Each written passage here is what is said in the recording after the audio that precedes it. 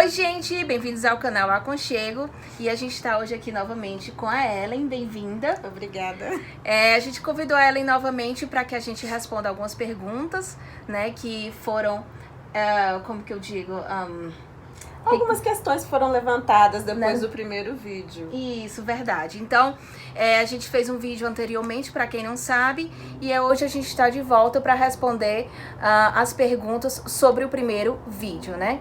E para quem não sabe, Ellen Underdahl, formada pela UFMG em letras, né, especialista em língua estrangeira. Não é isso, Ellen? Isso. Uhum. Então, e mais, com certificação em português como língua de herança, com experiência e prática junto aos brasileirinhos, iniciada no estado da Virgínia em 2012. Isso. E agora ela faz parte da coordenação pedagógica do projeto Mico Sapeca aqui em Denver, Colorado. Isso.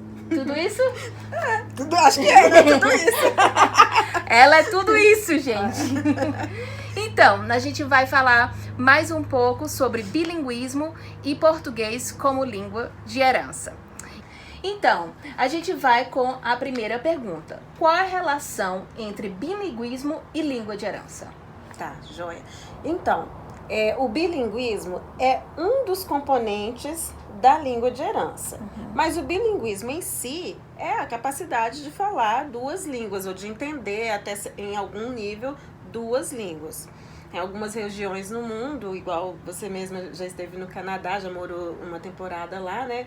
E em alguns, como você estava me explicando antes, em alguns lugares lá as pessoas vão falar francês e inglês. Em outras regiões, dependendo, né, dependendo da província, aí é só um ou outro. Mas tem lugar que eles já crescem falando duas. Ou por qualquer outro motivo, uma pessoa pode aprender. Inclusive, a gente está parando aqui no bilinguismo para limitar o nosso tema, porque tem trilíngues também, tem pessoas que falam mais de 3 línguas, os poliglotas e tudo mais. Meu sogro fala 5. Uau, 5 línguas, né? Então, essas pessoas também existem. E existem regiões no mundo também onde as pessoas crescem falando mais de 3 línguas. Eu tenho notícia que em algumas regiões no continente africano, você tem a língua que fala dentro de casa, a língua que fala... vários dialetos. Exatamente. Na escola e pro comércio. 3 línguas diferentes. Então, assim, o bilinguismo em si é só a descrição da pessoa que fala 2 línguas. Então, a gente vai para a segunda pergunta, né? Na prática, qual é a diferença, né, de você criar os seus filhos bilíngues e ou com a língua de herança? Ótimo. Então, eu lembro que depois daquela primeira entrevista, uma amiga minha que está lá em Minas Gerais, numa cidadezinha que chama Ibiá. Qual o nome dela? Letícia. Oi, Letícia, eu espero que você assista o nosso segundo vídeo. Isso. Então, ela comentou, porque eu conheci essa amiga na especialização de língua estrangeira, né? De ensino de língua estrangeira. E ela dá aula de inglês, ela fala inglês, mas ela mora no Brasil. E aí ela tava falando, que legal, eu crio a minha filha, ela tem uma filha pequenininha, acho que tem uns 4 anos, mas ela só fala em casa inglês com a menina. Eu lembro desse comentário. Você viu esse comentário? Então, ou seja, ela não tá passando uma língua de herança, mas ela vê a importância de ter uma criança bilíngue, porque é bom pro cérebro. Você pode ter, na prática, a diferença é principalmente no objetivo, né? Então, por exemplo, uma família que tem essa visão de que o bilinguismo pode ser bom para o cérebro e que também abre oportunidades lá na frente, né? Na competição, no mercado de trabalho. Então, a família vai optar por criar a criança bilíngue, né? Mas aí não é necessariamente na língua de herança. E no nosso caso, expatriadas aqui, se a gente vai ensinar uma segunda língua que vai ter esses benefícios do bilinguismo também, de ensinar, né, que é bom para o cérebro e é bom também para o currículo lá na frente, mas a gente acaba escolhendo o português porque é a língua que nós queremos passar. Nossa língua de herança. Exatamente. Se eu não tivesse um bom relacionamento, sei lá, com o Brasil, se eu não quisesse passar a minha herança, talvez eu optasse, não, eu vou ensinar, eu quero que meus filhos aprendam francês. Porque eu acho que vai fazer mais vantagem para eles se eles aprenderem inglês aqui e francês. Então, assim, a questão do bilinguismo dentro da língua de herança é a opção, é a escolha que a gente faz de ensinar a língua que tem relação com a nossa família e que a gente está transmitindo por ser a nossa língua e passando para os filhos. Então, no caso, se eu escolhesse, por exemplo, ensinar outra língua que não fosse o português para Clarice, ela não estaria assimilando uma língua de herança. Ela estaria se tornando bilíngue? Sim, com certeza. Se ela está sendo exposta, está aprendendo a língua, ela está crescendo bilíngue, mas não necessariamente na língua de herança. Não tem esse vínculo cultural, afetivo, não tem. É um vínculo, você está pensando no desenvolvimento dela, cerebral, provavelmente, mas também na questão do currículo, da competitividade, do apelo que a língua tem, do apelo comercial que a língua tem. Entendi. Interessante. Então, gente, nós seguimos para a terceira pergunta, né? O que as famílias devem fazer, né, se por um acaso elas não têm uma escola de português por perto, né, e mesmo assim querem passar essa língua de herança para os seus filhos? Então, bom, nesse caso aí, a família tem que primeiro incorporar aquele objetivo, né? Bom, eu quero que meu filho aprenda a língua de herança. E sempre tem alguma família, mesmo que não tenha uma comunidade muito grande dentro da região, no nosso caso aqui no Colorado temos sim, né? Tem muitas famílias brasileiras, então dá pra gente criar esse senso de comunidade. Mas se o objetivo é passar a língua de herança, é muito interessante criar esse senso de comunidade. Então, se você tiver outras famílias que você tem um bom contato, é interessante. Se você conseguir marcar um churrasco, qual brasileiro não gosta? Marca um churrasco com as outras duas famílias brasileiras, que seja uma vez por mês, uma vez a cada 2 meses, mas para a criança perceber que tem uma comunidade que é diferente daquela com a qual ela tem costume quando vai à escola e quando sai. Que a língua funciona. E que a língua funciona, exatamente. Que outras pessoas se comunicam em português. Então, assim, a primeira coisa seria essa, né? De tentar criar uma comunidade ali. Mesmo que não sejam especificamente uma escola, né? Mas é interessante criar isso. Legal. Então, eu tenho percebido que quando a gente encontra com crianças que, generalizando, até, por exemplo, 3, 4 anos, elas falam português normalmente, naturalmente. E as outras crianças brasileiras, que elas já são um pouquinho maiores que 5 anos, elas entendem, né, como a gente falou no outro vídeo, mas elas não têm a facilidade de responder, de se comunicar em português. Elas se tornam passivas, né? Isso. Mas é interessante como faz parte desse período da idade, e eu acredito que eu ainda não cheguei lá, porque a Clarice é muito pequenininha, mas é questão, como você estava falando, de foco, de abraçar a causa, né, do português, dentro de casa, que eles entendam que você é a referência do português, né? Se você não fizer isso, você não vai poder exigir que eles, ou querer, ou ter a expectativa, né? A palavra certa é essa, expectativa, que eles falem português se você não tá sendo o espelho. Exatamente. Né? Eu acho que tem muito disso, que você tem que ser o espelho para eles, né? Sim. A Clarice tá numa fase que ela identifica as pessoas pelo idioma. Por exemplo, se chega um amigo aqui em casa do Daniel falando inglês, ela vai lá e fala inglês com ele. Mas comigo e com ele, ela já direciona e fala em português. Ela percebe. Ela tá identificando as pessoas, assim, pelo idioma. Eu tenho achado super interessante. Pra quem não sabe, a Clarice, minha filha, só tem 2 anos e meio. Uau, muito legal, né? E tem estudos que mostram que a criança cria até mais empatia, porque ela tem que desenvolver essa percepção, se colocar mais no lugar do outro, né? Então, aí ela se coloca no lugar do amigo do Daniel, né? É Daniel, seu marido? Sim. Isso. Então, ela se coloca no lugar do amigo do seu esposo, do Daniel, e percebe que ele precisa da comunicação em inglês.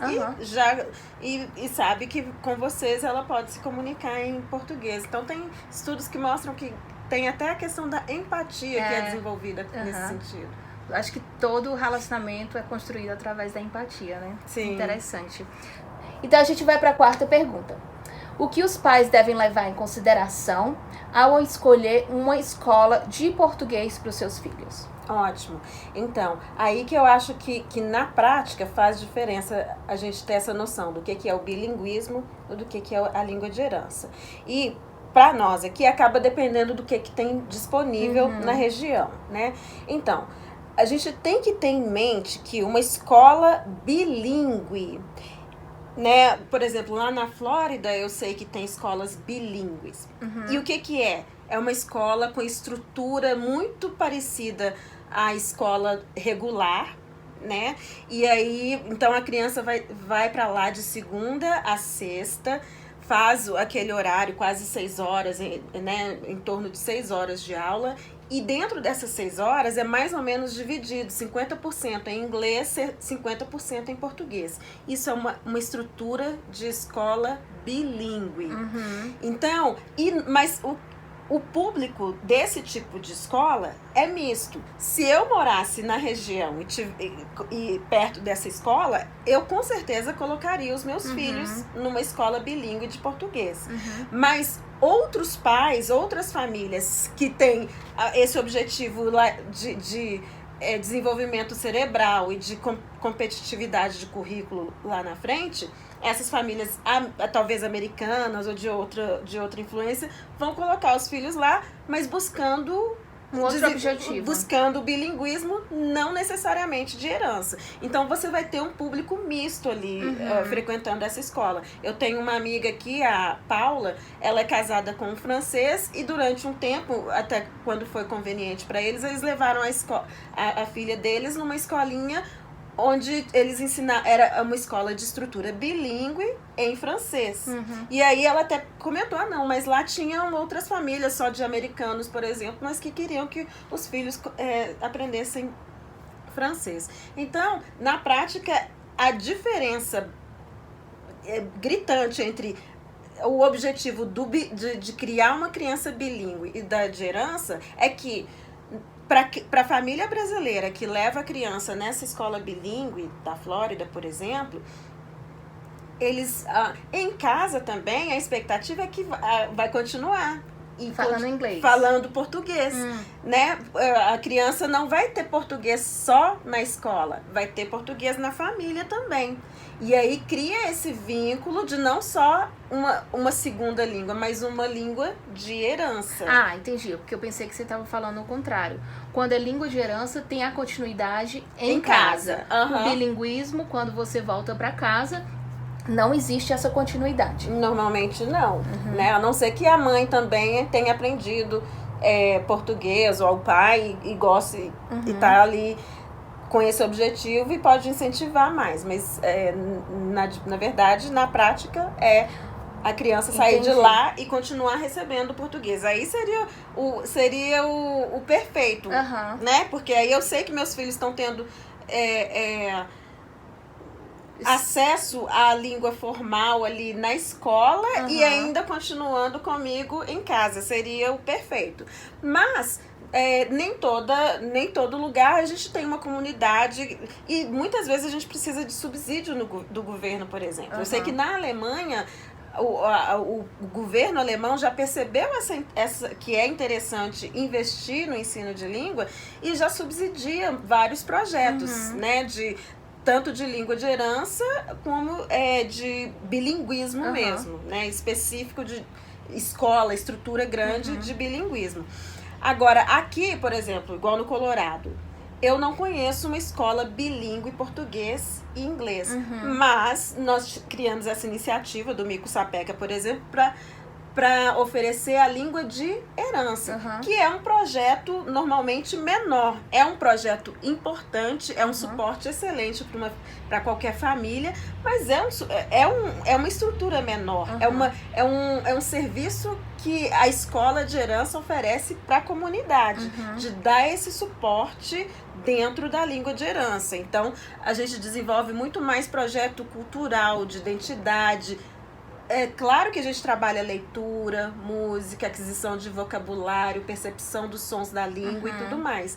Mas é um projeto que nasce normalmente de mães. Então, essa é a diferença na prática, porque um projeto bilíngue, uma escola bilíngue, tem uma estrutura parecida com a escola regular.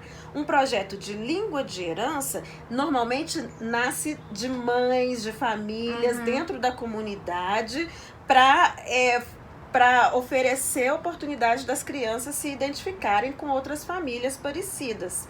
Então, é uma grande diferença. E, normalmente, são projetos de fim de semana.